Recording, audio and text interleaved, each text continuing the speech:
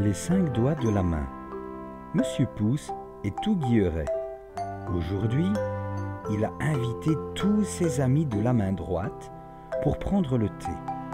Monsieur Index, le plus curieux, Monsieur Majeur, le plus sérieux, Monsieur Annulaire, le plus coquet, et Monsieur Auriculaire, le plus petit, d'où son surnom, le petit doigt. Monsieur Index arrive le premier, le nez en l'air et l'ongle interrogateur.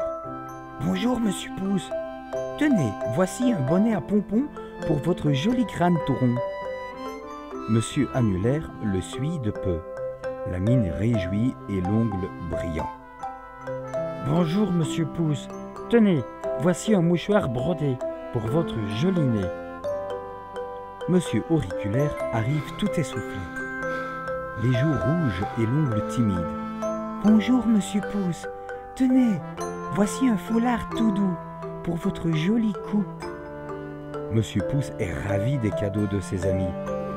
Mais Monsieur Majeur n'est toujours pas arrivé. Les 4 amis sont très inquiets. Cela ne ressemble pas à Monsieur Majeur d'être en retard. Il a dû lui arriver une drôle d'histoire. Il s'est cassé un os, dit Monsieur Index. On l'a coupé en 2, dit Monsieur Auriculaire. Il a une rage d'ongles, dit Monsieur Annulaire. Pouce, crie Monsieur Pouce. Ça suffit comme ça, il faut en avoir le cœur net. Les amis, en avant marche. Allons le chercher. Les 4 doigts se rendent chez Monsieur Majeur. Et là, que voit-il? Un pauvre doigt plié en 2, qui sanglote à qui mieux mieux. Monsieur Majeur, c'est vous? Chuchote Monsieur Pouce très gêné.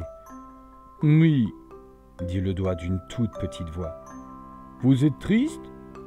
Oui, sanglote le plus grand des doigts en se jetant au cou de Monsieur Pouce. Je suis grand. Je suis bête. Je ne sers à rien. Mais c'est ridicule. C'est très bien d'être grand. Regardez-moi, je suis tout petit et tout gros. Vous croyez que c'est rigolo?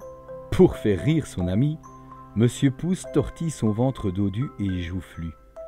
Mais Monsieur Majeur est inconsolable. Monsieur Index arrive à la rescousse. Vous êtes grand, d'accord, mais droit comme un i. Monsieur Majeur lui jette un regard méfiant. Vous dites ça pour me faire plaisir, mais moi, je sais bien que je suis un bon à rien.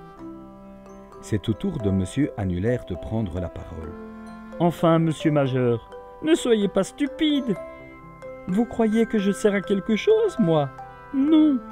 Bon, et alors je ne pleure pas. Un peu de courage, voyons.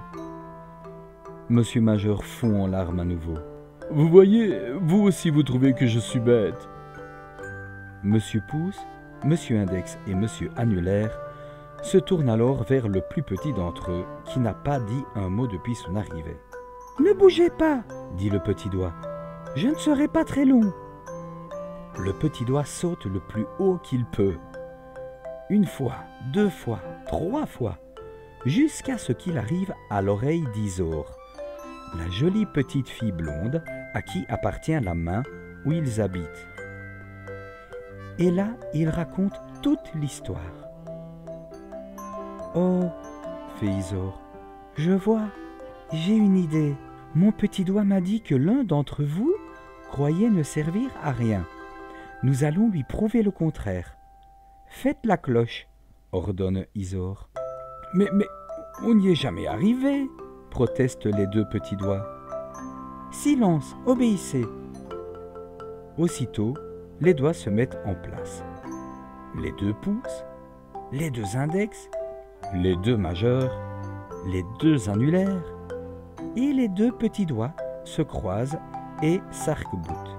Les majeurs, sortez du rang, dit Isor. Et maintenant, que la cloche sonne, s'il vous plaît, demande Isor. Oh, Is, crie Monsieur Majeur, qui en oublie son chagrin.